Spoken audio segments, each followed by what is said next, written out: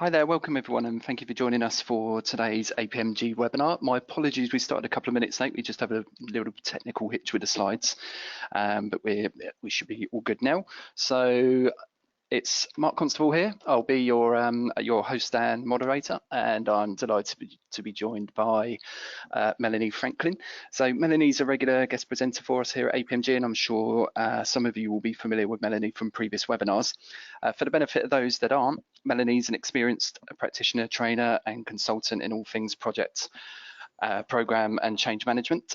Melanie runs her own training and consultancy business, Agile Change Management Limited, and given the nature of today's session, it's well worth highlighting her role of co-chair for the UK chapter of the Change Management Institute. So the driver for today's webinar is the increasing importance of change management for organisations and the ever-increasing levels of change many of you out there are no doubt experiencing.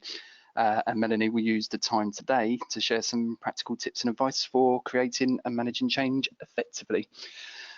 Before I hand things over to Melanie, bear with me while I cover off the usual housekeeping items. So first of those is just to let you know that the session is being recorded, and we'll send a follow-up email later today as soon as we've got the recording and slides online. Secondly, all participants are muted, but you should see an option on your control panel to submit questions. Feel free to submit those at any point. I'll be keeping an eye on those throughout, and we'll try and address as many as we can towards the end. Feedback is very important to us, so if you have any feedback, you'll have my email on the follow-up email and also from the reminder email. So anything positive, negative is very welcome. And something that isn't on the screen is polls. We've got a couple of polls to get you involved in the session today, so do look out for those. Okay, that's the scene set and housekeeping covered. So Melanie, welcome, and over to you. Thank you very much. Well, I'm going to do what I often do, which is ask a little bit about the audience. So you've got a question about who's doing what, haven't you, Mark? So could you put that up for me? Yes. So 1 second. So the question is, which of these two options best describes your role in change? And we've got a couple of options there. So it's I'm trying to make change happen as a full-time role, or the alternative is in addition to another role. And I thought I'd also include the neither option there as well, just in case. Well, in case people are on this just for fun. On a Friday lunchtime. 3% are, it seems. So. Oh, good grief. So it's, yeah, we're hovering around 65, 66% as a full-time role, Mel, and okay. So 3% in addition. Okay, all right, well, welcome to those who are multitasking. And I've put up here that we're going to talk about a poll that I've been running, which is, what did people want me to talk about? What are the things that drive the nuts about change? And these were the three big issues that no one that I'm working with really understands why we've got to do this change. So the level of enthusiasm is sort of zero. Everyone's too busy with other changes. So whatever their level of commitment to the change, they're just overwhelmed. And then no one's actually helping me to make the change happen. So I feel like I'm pushing water uphill. I thought it would be nice to do what I've been doing with every group I'm working with this summer, which is to ask which one of those is your real nightmare.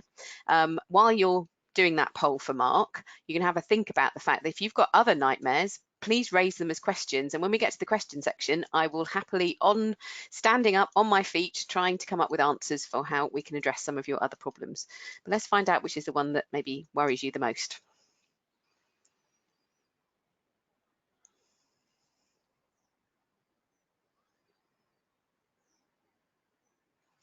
So what's the answer then, Mark?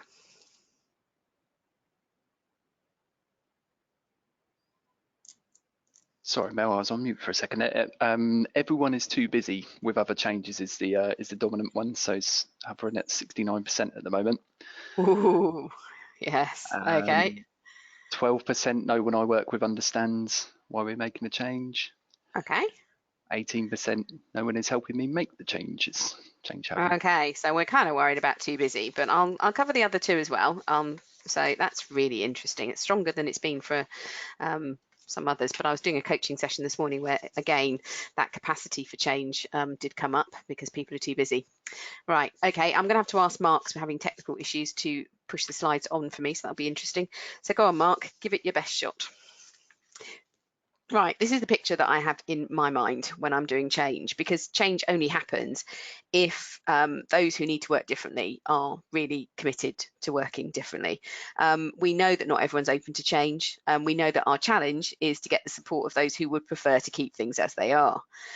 This comes back to the busyness issue as well, because some people are genuinely too busy to get involved in change, and actually some people are using that as a reason because actually they're not bought into the change.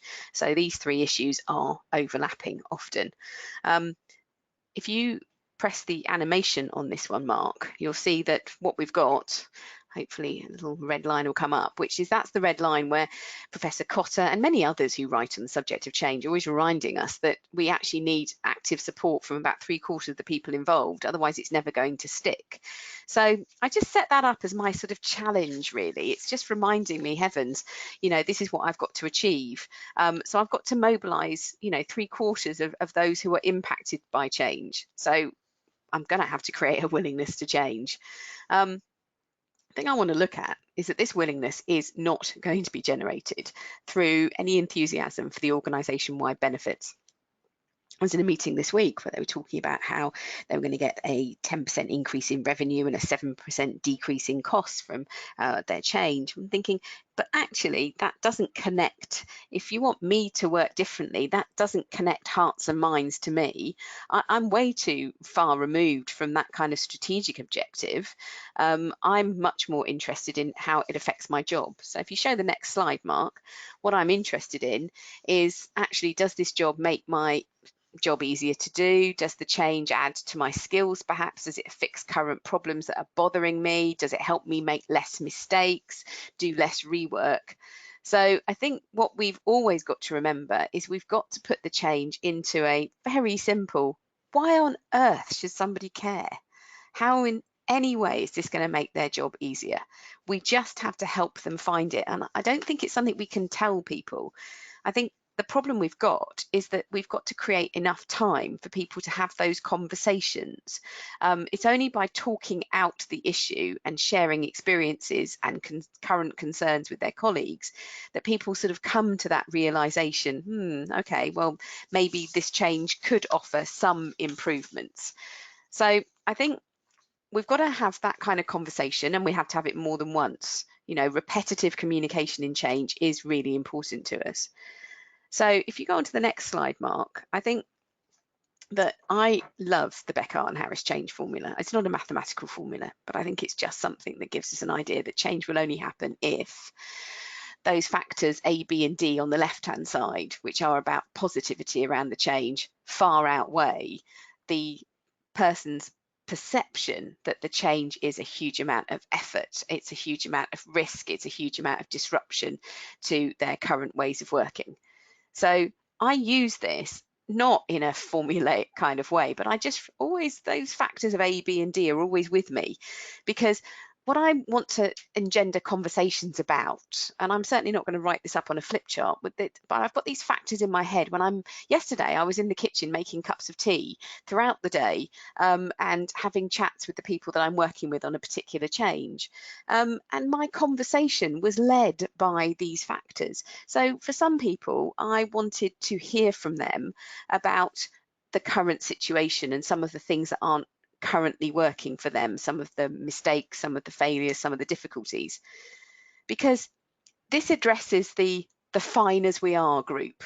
Because just by asking them to talk through what's really happening at the moment, you're actually teasing out that things aren't perfect, and that therefore there is a chink of light which could widen to say, do you know what, this change could actually be useful.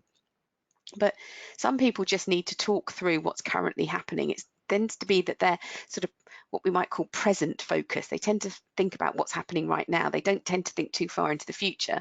And if they are that kind of person, then have the conversation that teases out, yeah, there are difficulties and problems and things are a bit slow, or that's a bit manual, or yeah, there have been mistakes with that and we don't seem to be getting any better at this.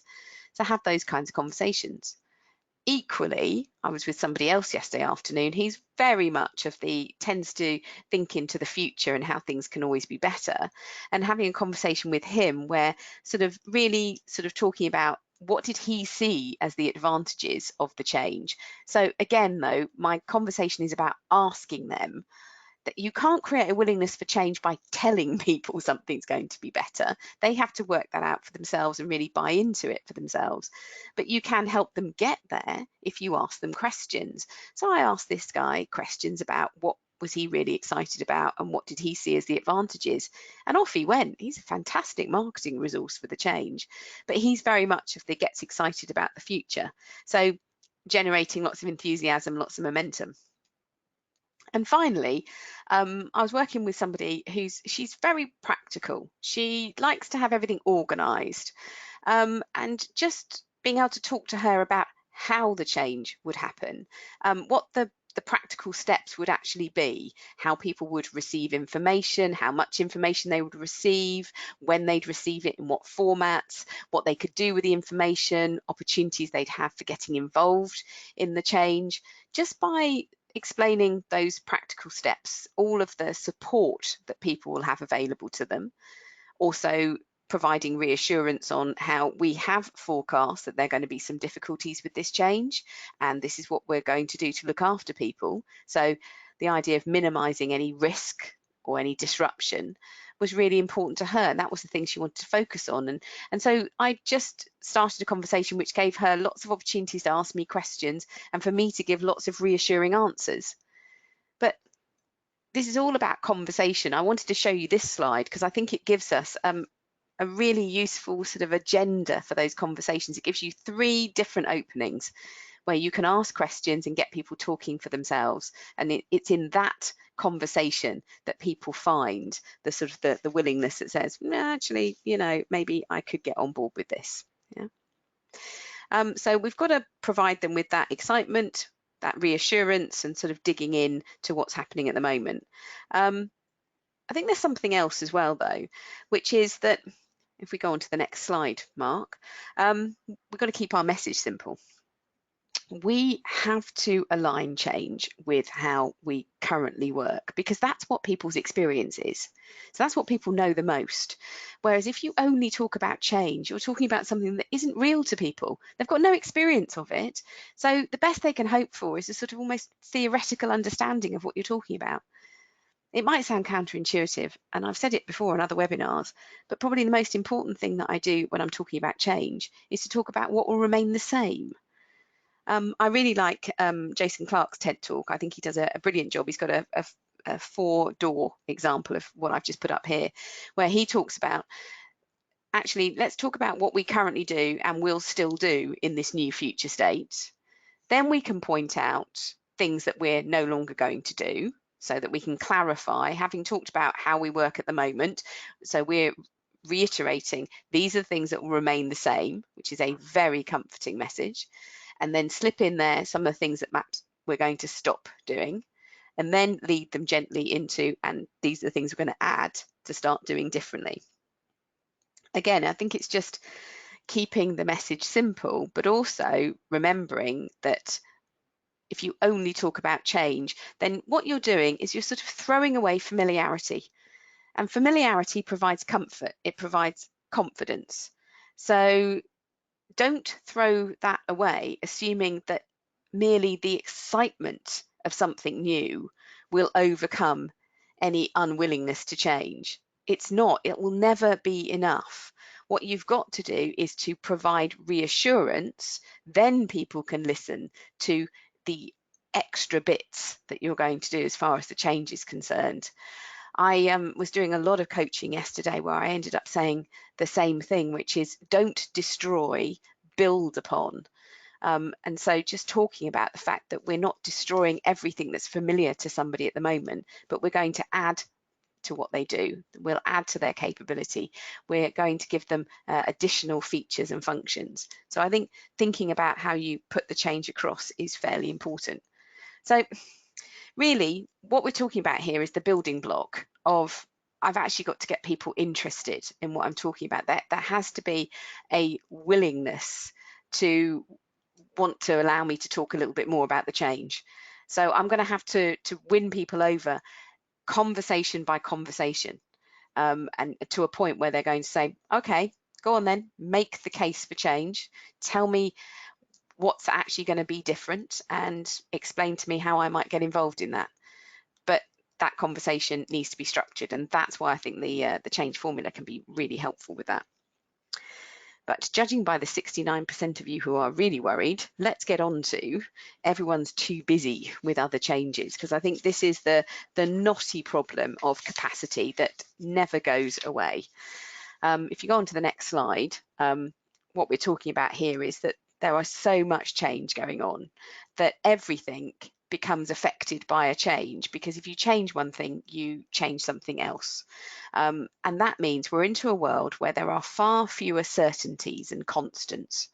So people already sort of are struggling to try to understand, how am I supposed to do my job? Because there's this new system here and there's this new process there, and I'm supposed to be working with this person. Oh, and I'm not supposed to talk about that, but I am supposed to emphasize this. So there are fewer constants and a lot more variables. It's all, so that confidence we just talked about, when people are confident because they know what they're doing, well, that's being eaten away all of the time by just this huge volume. And of course, there's more opportunities out there. The change is being driven by reorganizations and restructures. That's being driven by greater emphasis on what's happening in the economy and trying to get a sustainable business, or if you're in the public sector, trying to do more or at least the same with less money, far less money. There are process improvements, there are innovations coming in, there are regulatory changes. So every single change has a shorter lifespan, which creates a feeling of less stability. So this means that when we turn up for work, there's a really good chance that our certainty about how to do our job is going to be challenged. And we're going to need to spend time and mental energy changing something that used to be an automatic reaction. Now, the problem with that is that I'm going to have to use my mental energy for focusing on how do I have to work. It's no longer automatic. I'm going to have to think through each step of what I do. Now, that takes time, and it's time I haven't got because I'm already absolutely overwhelmed by the things I'm already doing. I've been conducting this informal survey where most people are about 130% committed to their job, in that the hours that are in their contract is just seems fantastical compared to the hours they're actually working. Certainly, I don't meet anybody who's doing less than they're supposed to be. They're all doing more. So I'm going to have to tread really carefully. And I think one of the important pieces, if you go on to the next slide, Mark, and this isn't going to be easy. I think there's some animation on there, Mark. That's it, 1, 2, and 3, yeah, is we're going to talk about the blue box down the bottom there, the details of the change being proposed. And what I'm going to have to do in any conversation I have when people are already feeling overwhelmed and they don't have the time for the change, is to make sure that they feel that the change is an evolution to something they're already doing, not in addition to something they're already doing. If you're really busy and somebody comes up with yet another bright idea that feels as if you're going off at a tangent, it's insulting to all the effort that you've put into some of the changes you're already trying to make. We talk a lot about a cohesive and holistic picture, but what we're actually talking about is making sure that people don't feel yanked about. So if you're going to introduce yet another change, you are the source of that high volume of instability and uncertainty that people feel at work. Well, let's get rid of it. Let's try to not make it feel uncertain. Let's try to make sure that what you're giving me is just the next step on the journey I've already started to understand and started to implement. So for each change, starting with the blue box there, I'm going to look up into the green box.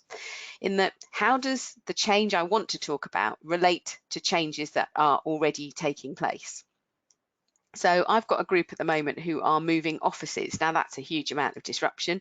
And in the summer season, when everybody is on holiday, it really is quite disruptive. And here I am wanting to change the video conferencing platform that they use. Think, oh, good grief, they want that like a hole in the head. So I've got to sort of start talking about it, perhaps in relation to all of the changes that we've made about the conditions in which people are working, because we haven't just moved offices. Of course, what we've done is we've tried to create a far more collaborative space, but we've also tried to create a space which recognises that not everybody comes into the office every single day, and that therefore getting our video conferencing platform right and really easy to use is important, because the volume of video conferencing calls going up is really important to people. They're not coming into the office as much. So it's not that it's in any way flying in the face of the change that we've just made. It's merely the next sensible step. And people are going to be able to find that a lot easier to assimilate and to add into what they're doing if they understand that it's just the next step. And in fact, that we've got ahead of the curve, because if they're going to start doing an awful lot more video conferencing calls, and that we haven't got a platform that people think is easy to use, then they're going to start complaining about it. So we're already getting ahead of the game. But I also want to relate it to some changes that perhaps took place earlier this year, or even at the end of last year, where again we've been talking to leaders and managers about how they are working with staff who aren't always in the office, and how they're being a lot more flexible about how they engage with their teams.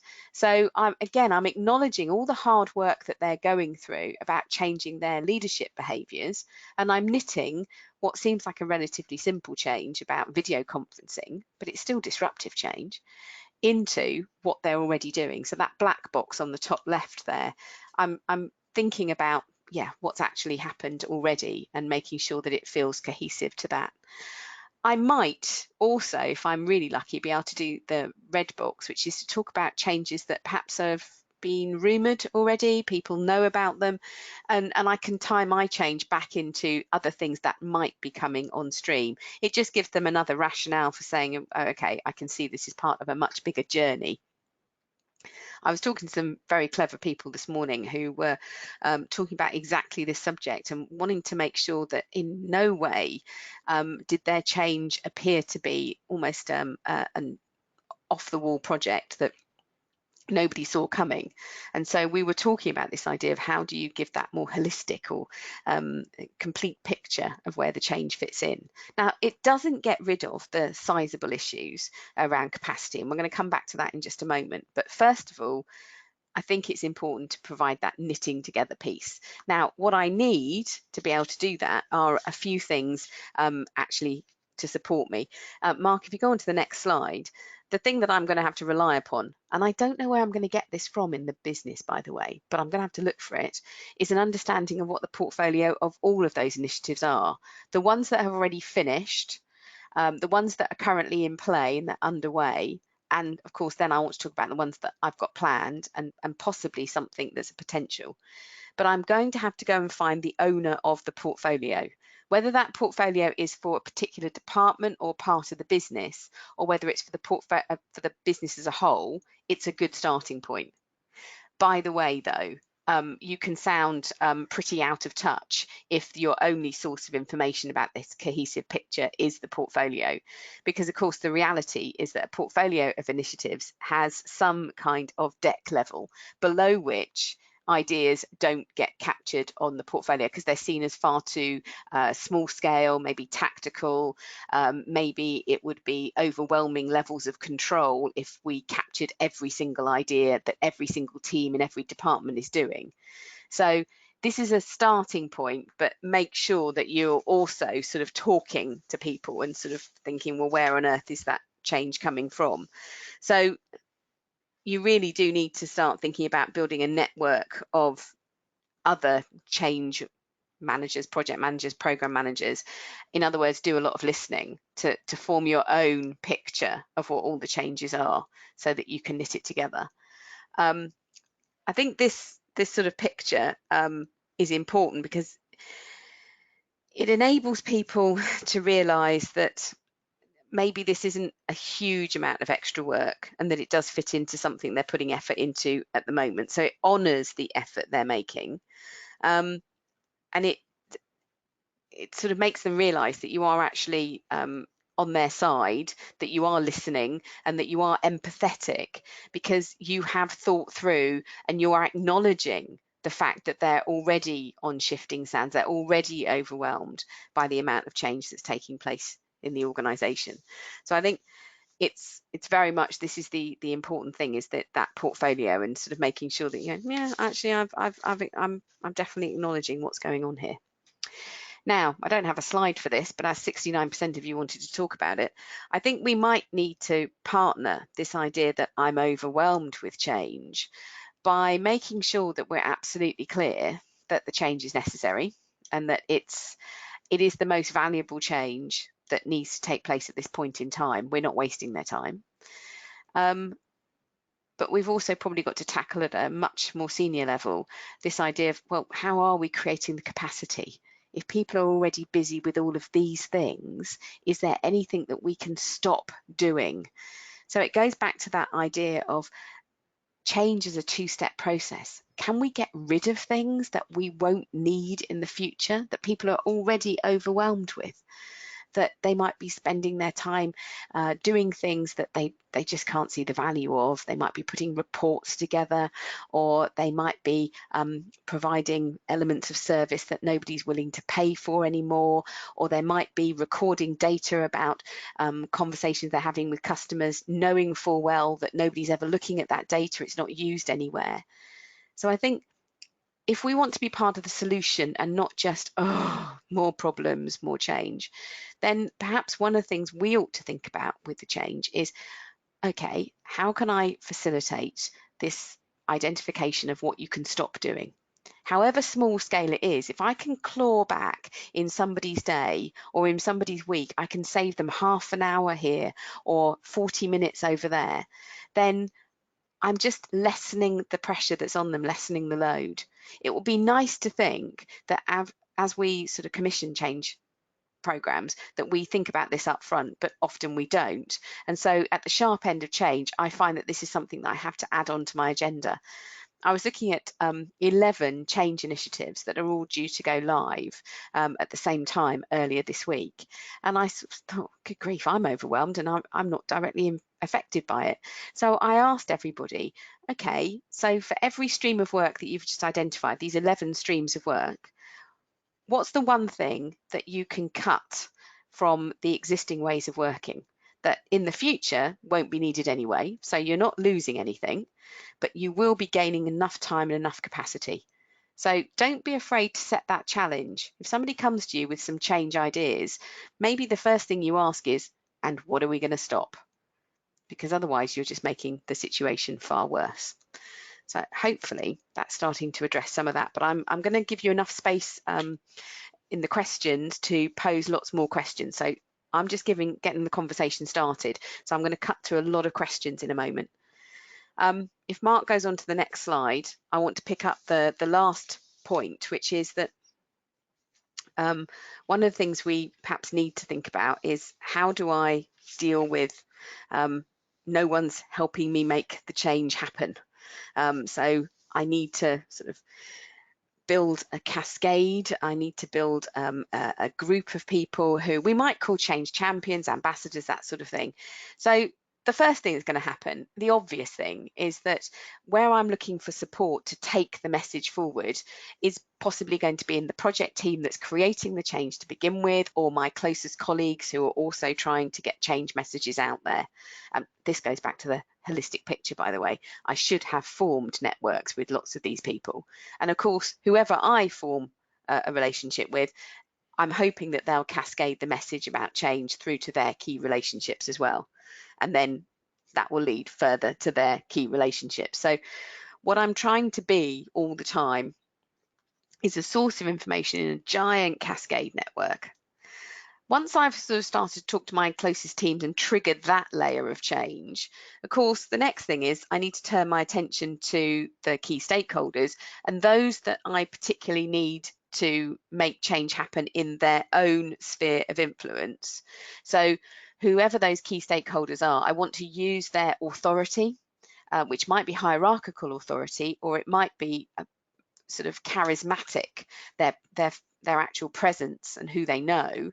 I want them to then pass it on to their key relationships again. So again, taking this forward. Can you see how, with my little stick figure there, I'm multiplying myself as much as I possibly can? Because what I'm trying to do is get that message out there about the change. But one of the things that ties back to our earlier slide is that one of the most important messages that I can get out is, again, not what is going to change and only talk about what's going to change, but first of all, make sure that I'm talking about what will change, but also what will remain the same, so that I'm providing that reassurance. I'm always talking about both sides of that coin, not just what will change. And based on something we've just said, where people are feeling overwhelmed, don't create a position where they think, oh, this is another change that's going off at a tangent, there's something else, but actually get that message out there that this forms just another step on an existing journey that they already know about, that we're heading towards. It knits together onto all the other things that we're doing. So make sure that whoever you're having these conversations with, and you can see that I'm there as a sort of source of information, but when I go to the left there on my team or my closest colleagues, that whatever we're talking about as a message is going to then be translated through to their key relationships and their key relationships after that. If I'm going to my key stakeholders, again, making sure that that holistic picture of how the change fits into lots of other things is supplied to them. Don't ask them to expect to develop it for themselves. Get that message straight, get it intuitive, get it simple, because they're going to take it through to their key relationships. And then finally, there's this other stream, which is, again, same messaging about what will remain the same as well as what will change. But I'm also trying to make sure that in this case, I'm not pushing messages out there, but what I'm doing is talking about this holistic picture of change, the things that need to be different, but requesting volunteers. I want participation. So what I've got to do is offer out ways in which people can start to take part, ways in which they can help to create the new ways of working, whatever contribution it is that they want to make. And of course, if I can get the first group of volunteers together, then their participation, their involvement tends to wake others up and go, well, if they're involved, maybe I should be involved too. And it cascades down like that. So I've got to get strength in numbers here. I've actually got to get to that tipping point where there are more people involved in the change that are not. That means I've got to have overcome the previous problem, which is willingness to change. So I need to have got that message across. I've got to have won hearts and minds. So I've had to have lots of conversations about how does this sit with, does it fix current problems? Does the future excite you? Here's a practical plan of how we're going to do it. I've got to have got the message out there about the fact that not just change, there are lots of things remaining the same. And by the way, this does knit into things you're already doing. So please don't look at it as huge amounts of extra work. And I've got to have been quite structured. So I need not just my emotional intelligence, but my analytical intelligence to create the kind of map that I put in front of you here. You know, it's not a simple map to identify who all these people are and perhaps start to think, yeah, and who might they be contacting? So how does information flow? But if I'm going to create, you know, this mobilized force of people involved in change, then I'm going to have to do this. And of course, that, you know, that volunteerism, that empowerment is about getting people to work out, well, how can they contribute? How would they like to contribute? So the last slide I want to put up is about how we might engage people. This knowledge, skills and attitudes chart is a way for people to define what being that change champion or change ambassador actually really means for them. So what do they think on the left there? The tasks are, keep this task really simple, but how they might do something like, I'm actually going to look at the customer letter that we send out when we engage a new customer with a new service, because as we're changing how we do things internally, that might need to change. So just getting people to think there are simple tasks I can do, getting them to think, well, what information are you going to need from the change team to be able to do this? Making sure that they're clear where they can find that information. getting them to celebrate the skills and abilities that they're bringing to the party, about the fact that, yeah, you really know your customers and you know what you've been saying to customers in the past, so you are the best person to design that letter and to test it out with customers. And then the attitudes, that idea of actually encouraging people that to get involved in change, and for them to actually see that maybe change is good, that if this is the behavior piece, the attitude, the values they bring to actually getting involved in change. It's a nice simple structure, and it's a great way to get people talking if you want them to design their involvement in the change. Every time I do this, I am surprised by how demanding people are of themselves in terms of the knowledge, the skills, and the attitudes they need for it. And it's something to be celebrated, because people go, I'm actually going to put some real effort into doing this and I want to do it well. But that connects to building that network of getting people involved, you know, saying, well, actually, there's not enough people, no one's helping me to make the change happen. Well, you build out your network, but you don't expect that network to be there on day one, fully formed. And when you have got people showing an interest in becoming part of that network, that this table here provides you with some great conversational steps. You can workshop this if you want to, but equally, you can start to have conversations with them so that they can really picture quite clearly in their minds exactly how it is they're going to get involved. Because of course we know psychologically, if you've really pictured how you're going to do something, then you are much more likely to do it. It's the age-old training technique for world-class athletes who have to visualize how they are going to get across the winning line first. And this is exactly what we're trying to do in our volunteer network of change champions. So it doesn't have to be formal workshopping. This could be lots of conversations that you have where you get people to sort of design their role for themselves. So hopefully that's given you a quick zip through this idea of that we need willingness, because if no one understands why we've got to do the change, we need to address that willingness.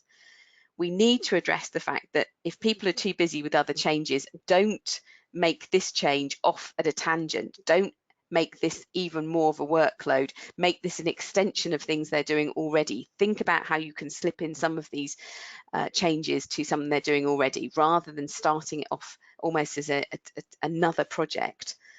And make sure that you are thinking through how to build your volunteer network and that cascade, because you do want to get people involved from all parts of the business at all levels. And what you're going to have to do is perhaps create that volunteer network that you're giving people the opportunity to choose how they participate, to craft their role for themselves, so that they're going, yeah, okay, I can do this, I own it. So there's a theme running through this, which is there's a lot of ask and there's very little tell.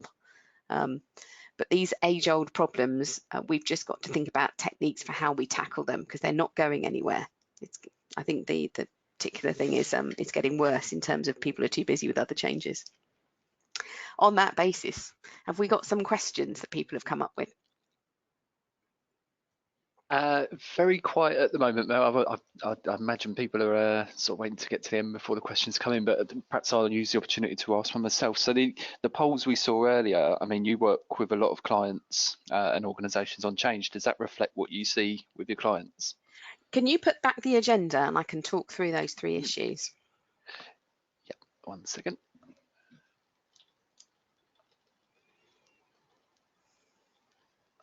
There we are. Yeah, I think that, well, basically I've worked with two different organisations in the last couple of days, and these were at senior levels, and I was also working with a large group of middle managers. And I think the underlying concern, they all expressed it in different ways, but the underlying concern is they were quite hesitant. They were quite scared, I think, of the fact that they were asking people to make yet more change when they were already busy with the changes they were going to make. One of the conversations I had yesterday was, okay, we could go down that route of that cohesive picture, which they thought was a very good idea, and they're going to do that. They thought about this idea of how they can stop doing things as much as start doing things. But the other thing we talked about was that this group of people are quite data driven. And we sort of said, well, okay, what you're going to have to do if you really want people to sort of buy into this change, perhaps what you need to show them is what is the upside. You're going to have to show them some of the measures that you're looking to improve, and actually start talking in terms of where you've run a pilot, you need to have measured for that improvement. And all these sorts of measures are, and they're not straightforward measures either.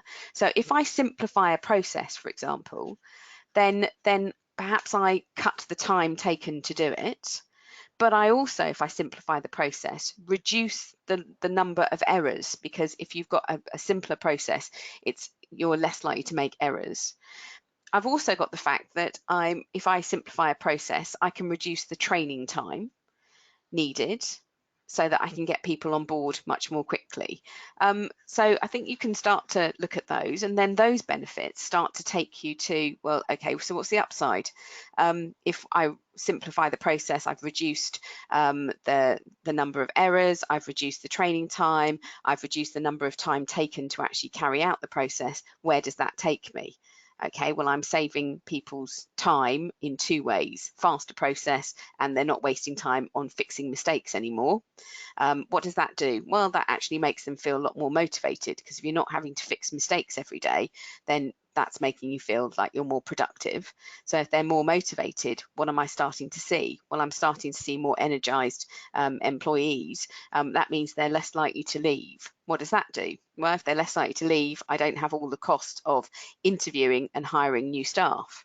So it's just making sure that it's perhaps thinking through all of the different upsides of the change, and starting to think, well, how would we measure all of those things? They sound good, it sounds like a great story, but what are the indicators that we would see that actually that's coming on board? So, and just by having that explicit conversation, actually breaking down that network of potential benefits and getting people talking about that, can make people think, oh, you know, this is actually worth trying. We really ought to give this a go. So again, it tackles all three of those agenda items, in that people then understand why they've got to make the change happen. So they decide they are going to make change happen for themselves. They're going to fit it in somehow. So that busyness answer that we get, and we mustn't forget that the busyness answer is, in part it's true, but in part it's also an excuse. If you, I always love this example from somebody who said, you know, really, really busy, but maybe your house flooded this week. So you had to go downstairs, and you've had to rescue everything, and you've had to move upstairs in your house, and you've had to call the insurers, and you've had to call maybe somebody to help pump. Maybe it was the washing machine that flooded part of your house. You've had to call the plumber in. You were really, really busy, but you managed to fix all that in. How did you do it? It's because it was a crisis, because it was urgent, and because it had value. You didn't want everything to be soaking wet, that you fixed it and you squeezed it in. And you immediately made reprioritization decisions about what you would no longer do that week, because you had to fit in with this particular situation.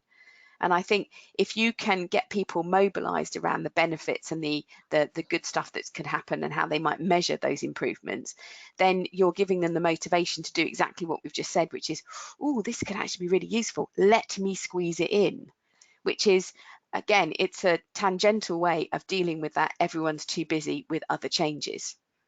And also it tackles the no one is helping me to make the change happen. Okay, thanks, Mel. Few questions in now. So how would you approach weakness at the leadership layer when a change is dependent on their involvement, besides offering them training and formal learning? Yeah, I think the thing is, you've just got to get to a point where they actually care, that actually that you're going to have to work on their motivation, because if they're in a leadership position, they've clearly got the skills to actually help get change embedded in their area of responsibility, but they're not. So we're back to actually the middle issue here, which is they're saying, well, they're too busy with change because they're doing too many other things. We know that this evidences itself in the fact that they don't turn up to steering committee meetings and they ask somebody else to go in their place, for example, that they're just not showing any kind of commitment or championing of the change. So whenever they are talking to staff, they're not talking about the change, they're talking about other things instead. And I think there's you can train all you like, but at the end of the day, it's actually getting them to care. And I think increasingly what I'm seeing is the emphasis we in the change management profession have to make on explaining that all of our behavioural change activities, all of the persuasion, influencing and motivating we're doing has to crack the issue of this leads to benefits. So in other words, the change management actions are the way in which we actually get the benefits out. And you've got to have that conversation with the leader that says, okay, what you do want is you want to see a 10% cost reduction, right? If we put this system in, we've got to get people using the system for you to get that 10% cost reduction. So these are the things we're going to do to actually get them using it. If we can't get your support with this, it will take much longer. And that means it will take much longer to actually get the benefits. You will get there eventually, but you could have had return on investment in 4 months, and now we're talking about return on investment in 10 months. So I think you just have to work through the fact that all the things we do are not because we're nice people and that we want people to feel loved and wanted. We are doing all of our communication activities, our participation activities, our practicing of new ways of working with the objective, which is we eventually realise the benefits. So get in there with that very key message. Thanks, Will. Next question, from your experience, which hierarchic level shows more resistance to change? Is it top management, middle management, operational staff? Well, I think with top management, what you tend to get is enthusiasm about the possibilities of the change. But to be fair, they're not always at the coalface, being the ones that make the change happen. And I think we have got various names for the middle management layer, but ultimately, they are the ones that tend to block our access to people on the ground who need to change their ways of working. So it is that group that we have to get in that argument. Actually, this will help your department perform better. So you have to build a relationship with each of those line managers, middle managers, particularly sort of operational managers who part of their job is to make sure that their operation runs like a well-oiled machine. And of course, the change that comes in is actually stopping the production line while we put something extra into the production line and then starting it up again. So all they can see about change is that it stops the smooth running and therefore the efficient running and therefore the economies of scale that they've got in their process. Now, that's any operational manager, anybody doing anything which has a routine element to it, where they've built up economies of scale, is going to struggle. So what you've got to make the argument is that, do you know what, putting a halt on your current production line while we take some of your staff out for training, while we get them using these new templates and these new activities and this new system, whatever it might be, is going to be worth it. Quite quickly, we're going to get early return on investment, because when we turn that production line back on, it's going to go even more quickly and you're going to get the benefits that you're looking for. So you've got to talk their language, and you've got to realize that when they hear change, they hear loss. They hear loss of efficiency, loss of economies of scale, loss of that fast moving production line. So you've got to make a different argument, which is, actually, we're going to be able to go even faster if you can just give us a little bit of help. So I think it is the middle management layer, to be fair. Cool, thanks, Mel. So we've got someone here who's one of a group of 4 business change managers in the early stages of a complex transformation project, unfortunately taking place immediately after a significant merger. Have you any words of wisdom for us in trying to rein operational merger-related projects being initiated outside of the programme, which are impacting on people's capacity for the overall? Heavens, right? Well, you might not like this answer, but I'm going to refer to Chief Executive I spent some time with earlier this year, who pointed out, to be fair, that there is there is nothing like a merger. There is no merger. A merger is always an acquisition. Somebody has always acquired somebody else. The reason I'm making that point, which might not be the most fun point, is that what you've got is you've got people who are from the acquiring organization, whichever one was the largest or the ever one that was the one in charge, that you've got those people, and you've got the people who are the acquirees that feel already slightly on the back foot. The reason I'm saying that is that you do have to think that you've got two different audiences, and that they're not yet aligned. If it's immediately coming off the back end of a merger, it's two different groups entirely, and you're going to have to treat them differently in terms of the messaging that you put across. Because what you're saying is that for the group that were the acquirers, and therefore, to be fair, are thinking, well, why do we have to change at all? We're the brilliant ones. We're fine as we are because we're the ones that went off and bought this other company. So we must be doing things the right way because we're able to buy somebody. You're going to have to talk about your change in terms of how it improves what they've actually got already.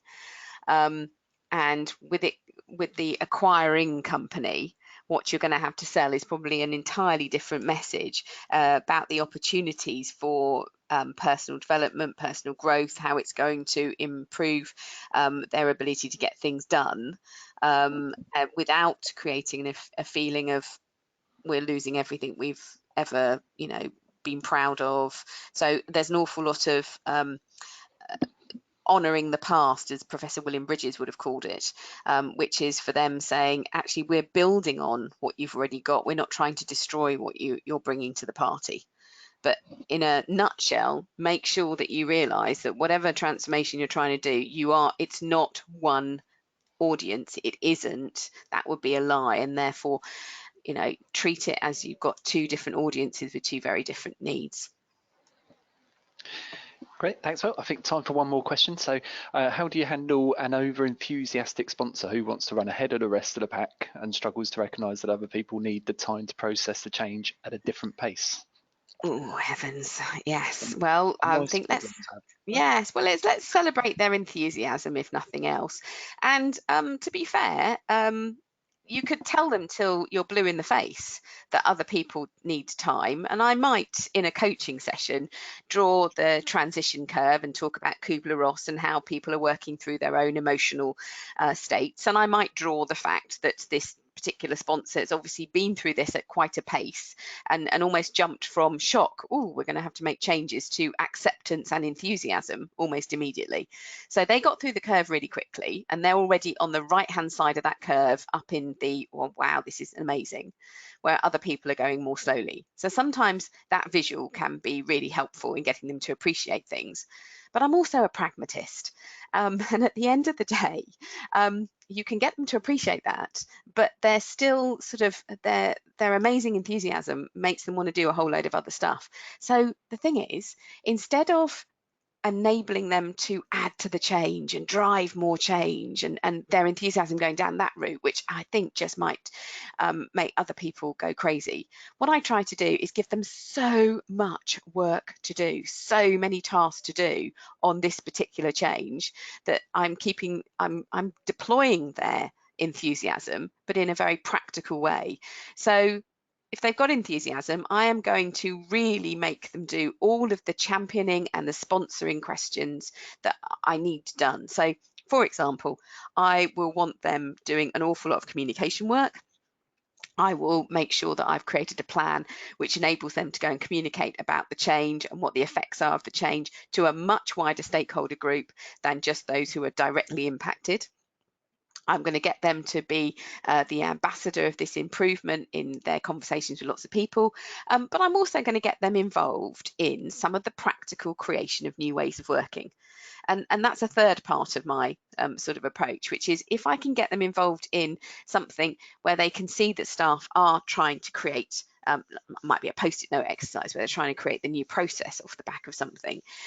By doing that, I can get them to not only champion at a very local level, but they can also appreciate that actually this is going to people are going to have to jump through quite a few hoops, and people are going to have to make quite a few changes to their processes, and there are quite a few knock-on effects to this change. In other words, it's not quite as simple as it looks on the surface. It can be quite a powerful message. So show them where people are on the emotional transition curve, and so they can appreciate they're in a different place. Make sure you fully deploy their enthusiasm in very active championing of change activities. And finally, bring them in to the actual hard work of change happening, so they can start to feel in a very practical way, they can understand just how much is involved. Yeah.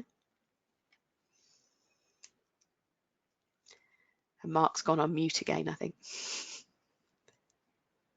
Yes, sorry. It's all right. So you've put up how people can get hold of us, but if you want any further questions, just get hold of me in LinkedIn. I'm around in LinkedIn, or you can email me, find me on the website. Yeah, great. And we're close to our hour, so we'll begin wrapping up there. So as I mentioned towards the start, we'll be sending a follow-up email soon, as soon as we've got the recording and slides online. So do look out for that within the next couple of hours or so.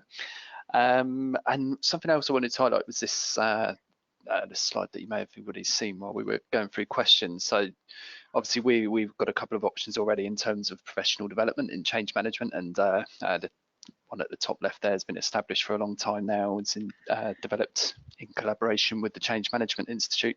But Mel, did you want to say something about what we've got at the bottom there coming soon? Yeah, we've got a new qualification, which is about how you deploy your change management knowledge, but in a world where it's an agile world, where we're actually looking at how can we help you create a change where you're actually going to do it almost wave by wave. Iteration after iteration, you have to build on the change. You're not going to just do something in a sort of waterfall manner and then go, right, we're ready to go live now. We've worked on this for 9 months and everything's sorted. But actually how we do change in a piecemeal fashion. I ran a pilot course on this very recently, and everybody loved it, because what it's full of, really full of, is lots and lots of practical ideas, it's practical techniques. There's uses of models and games and questionnaires to really make you sort of identify information that's relevant for your change, and you're asked to effectively work through your own change while you're on the course, so you walk away with something that is totally practical and something you can deploy. And I think that's what really excited the people on that pilot course, is that they walked away with something and go, I can use this would be great. Brilliant, thanks Mel. And yeah, that should be coming around late September time, so keep your eyes peeled for that one. Okay, that's everything. So thank you very much everyone for attending. I do hope it's been a useful and interesting session for you, and many thanks as ever to you, Melanie, for your insights and expertise. So thanks again everyone. Enjoy the rest of your Friday and the weekend ahead. Bye bye. Thank you.